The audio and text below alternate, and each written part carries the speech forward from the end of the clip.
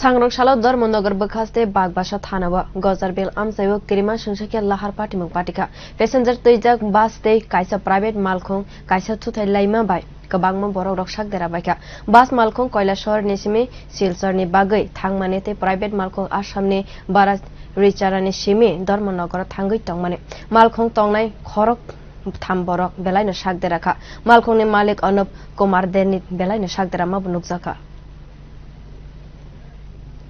এটা ধর্মনগর টু শিলচরগামী একটা বাস যার নাম্বার PR021413 এবং একটা মারুতি ব্রেজা দুটার মুখোমুখি সংঘর্ষ হয়েছিল।